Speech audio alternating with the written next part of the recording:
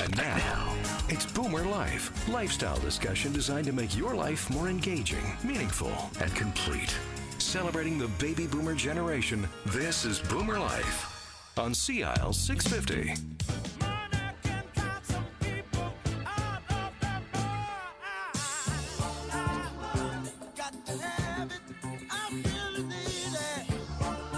Well, as the song by the OJ's Money, Money, Money suggests, that this particular episode of Boomer Life is going to be all about money. Specifically, we're talking about solutions to debt problems. If you have excessive debt, you don't have to feel overwhelmed and isolated. There is hope. There is even freedom. There's always a solution. And joining us in studio today is Trustee in Bankruptcy, Philip McCourt, Senior Vice President of Abakhan and Associates, Trustees in Bankruptcy with 5 offices around our province. Phil, good to see you again. Welcome back to Boomer Life. Hey, Stirling, thanks. Good to be back. Is February typically a bad month for us credit types? All the bills from Christmas arrive, or is this another urban myth?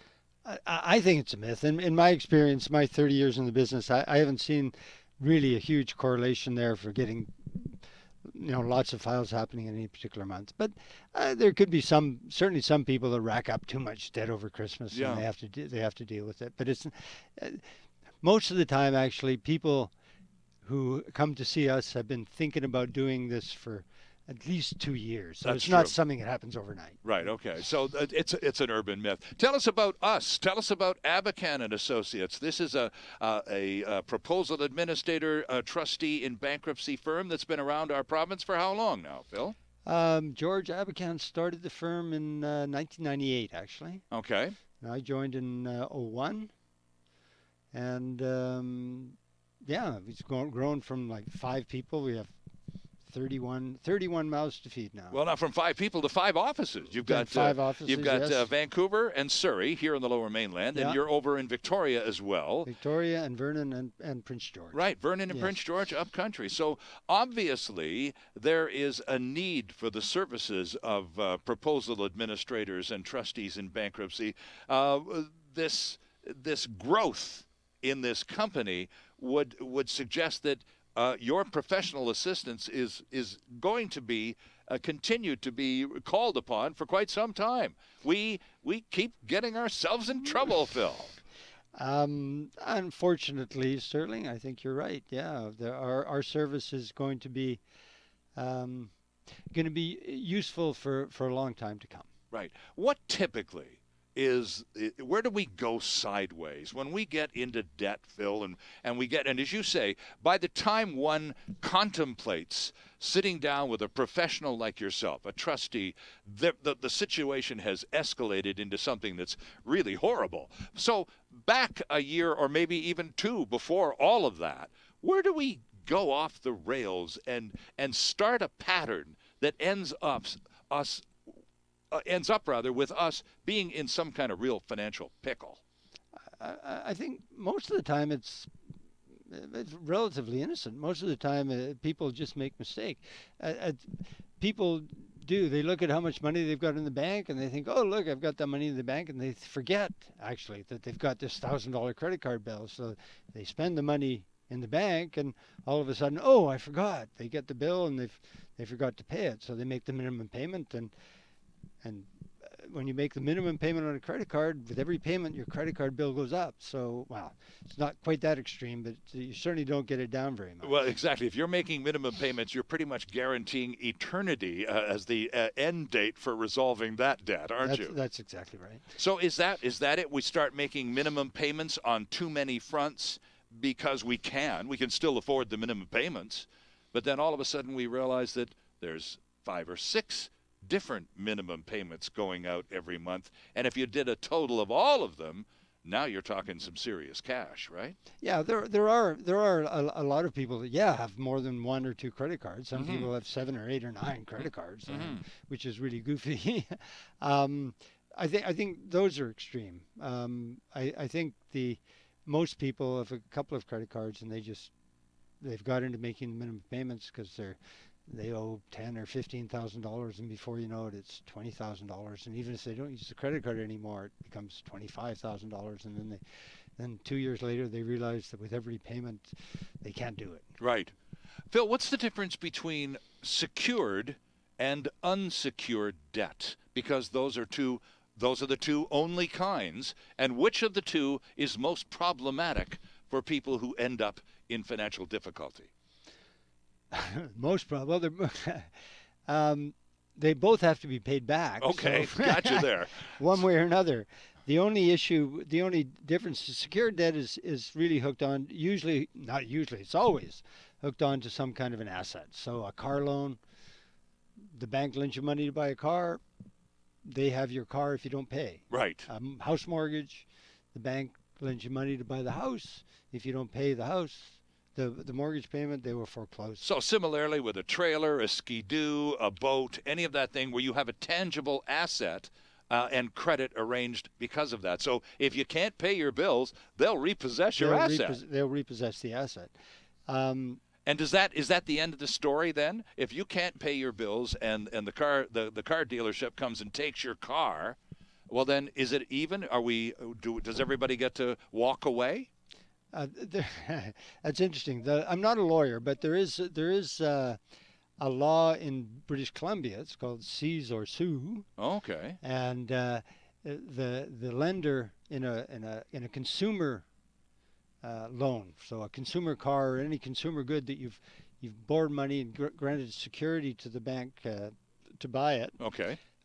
If the bank seizes it, they can't sue you if they lose money. So if the bank's owed $15,000 and they seize your car and they only sell the car for $10,000, so they have a $5,000 loss, the seize or sue law says they've seized it, so they can't sue you for the $5,000 loss. So they repossess the article that you were unable to continue making payments on, and it's the end of that particular episode. Yeah. So unsecured debt, Phil, is everything that isn't connected to an asset, like credit cards, right? Most credit, actually most credit cards. There are some banks that you can have a secured credit card. So banks do grant secured credit cards or give secured credit cards, usually against houses. Okay. But most of the time, credit cards are unsecured. Okay. And lines of credit, likewise, can be secured against the house, but most of the time, those are also unsecured. A HELOC, for example, a second mortgage, a home equity line of credit. Is that considered a secured debt because it is essentially a second mortgage? That's a secured debt, yes. Okay, I see. So we get into trouble then, I would assume, because, again, if we get into trouble and don't make our car payments, the company we bought the car comes and gets the car. So that episode is over. So where we get into trouble is we can't pay those credit card bills, and there's nothing for the creditors to seize by way of getting their money back. Not right off the top. They would have to go to court and get a judgment, and therefore register a judgment against an asset. Is that how a garnishee starts? That's how a garnishee starts. Well, garnishees happen sometimes even before they get judgment. They can get a garnishee before judgment. They go to court and they say, we're owed this money. We want to garnishee somebody's bank or garnishee their wages. Yeah. Then when that happens, the money that's garnisheed, if the court grants them the garnishee, the money goes into court. It doesn't go to the creditor, it goes into court. And then the creditor, after the creditor gets a judgment, then the creditor can say, I can get all that money. I see. If you file a proposal, or if I want to segue into the topic, if you file a proposal or bankruptcy, that judgments are unsecured, they're not secured, so the judgment goes away. The judgment falls off. The money, if there is any money in court in a bankruptcy, that comes to the trustee in bankruptcy to be distributed to your creditors evenly. Okay. So let's assume that we're in a pile of trouble with unsecured debt. We owe way too much money on the credit card. Nobody's garnished us yet, Phil, but everybody's mad at us. And they're sending threatening letters, and they're making intimidating phone calls, and they're yelling at us and calling us names on the phone, and making life, generally speaking, as uncomfortable for us as possible. We're now in the hands of collection agencies and those sorts of people who play hardball. They play rough game. Yep. So by the time this compounds and someone has this going on a regular basis in their lives, life isn't very much fun. So by the time, and you say typically it'll take someone a couple of years of enduring this abuse before they finally get it together and say, look, enough. We've got to sit down with a professional.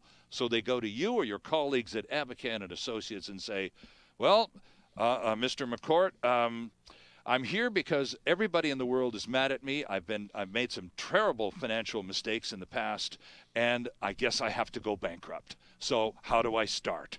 Is that pretty typical? Does that sound pretty familiar? That is pretty typical. But one comment I'll make is on that is if you make your minimum payment on your credit card debts, you have as good a credit rating as if you paid your credit card off in full every single month.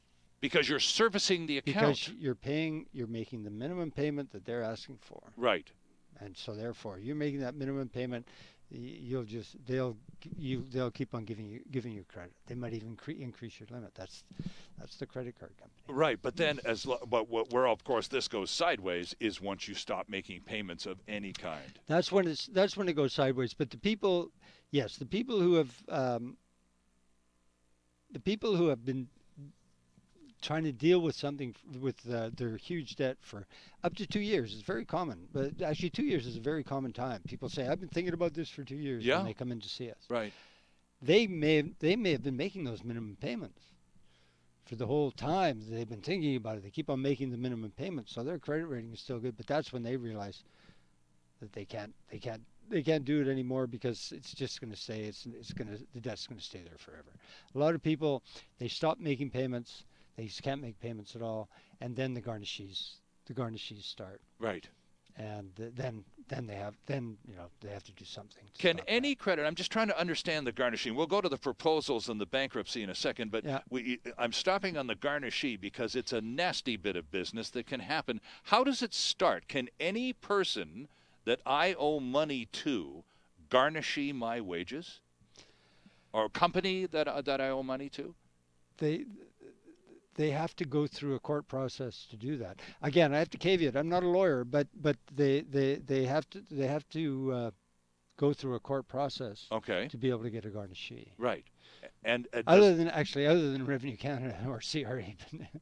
And do they have special powers of garnishee? Do they? The Revenue Office? They seem to. They seem to be able to garnishee without having to do what everybody else. And a garnishee is simply permission granted to remove money out of your wages right off out of your net. You won't see whatever money is garnisheed, right? Just it's comes gone right off the top. Right. And so who did they deal with? The paymaster at your workplace? Yes. And say from the next check, this much comes off the top to us, and your employee gets the balance.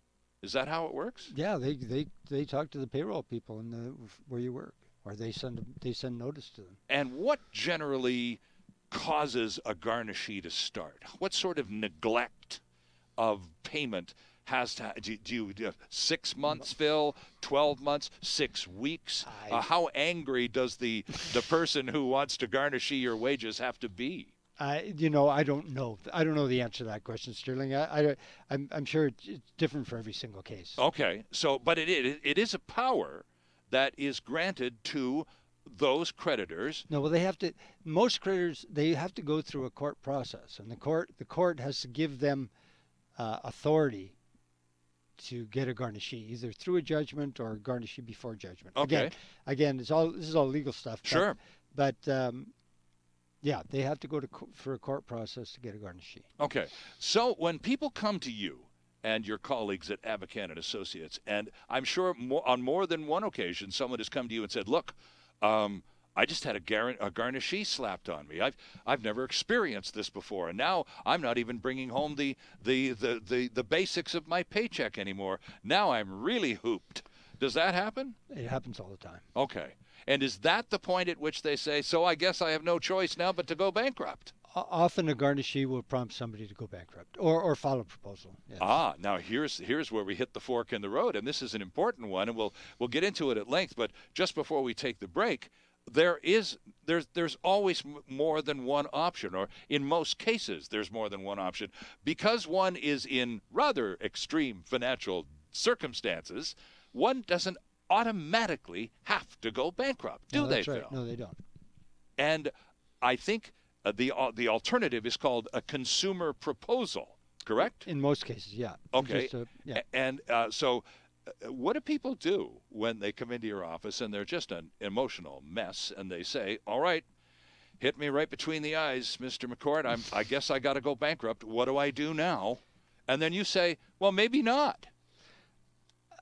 Yeah, after I've asked a few questions about their debt, their assets, and whatever their income is, and I see the potential that they could actually make a proposal to their creditors instead of going bankrupt, then I say that, yeah, maybe you don't have to go bankrupt. Let's talk about proposal. And is that a less extreme solution? Is bankruptcy the sort of the ultimate, and a consumer proposal short of that, therefore leaving you in better shape? Credit rating wise and so on?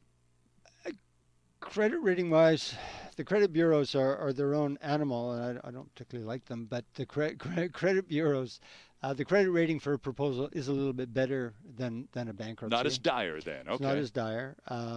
I think probably the most important thing is if you ever sign a piece of paper that says, have you been bankrupt, and you filed a proposal, you can say no and sign the piece of paper. Interesting. If you ever come up with, in that situation. Yes. So now we know that short... Sorry, just one other thing I wanted to say. Not at all. Sterling, a lot of times, most of the time, people do proposals because they feel better about doing proposals.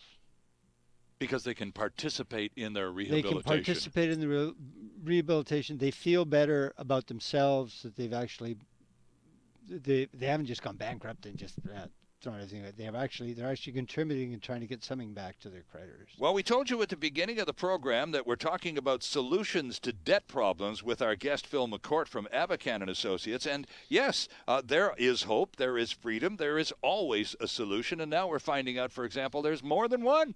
There's the bankruptcy. Everyone knows about that. What about this consumer proposal business? Well, we'll find out in depth exactly what that means and how the process works. Our guest from Abakhan and Associates, Senior Vice President Philip McCourt. And you can check out the firm, by the way, online while we take a quick break. It's abakhan.com. That's spelled ABAKHAN.com. And we're back right after this. Celebrating the baby boomer lifestyle. This is Boomer Life on CISL 650.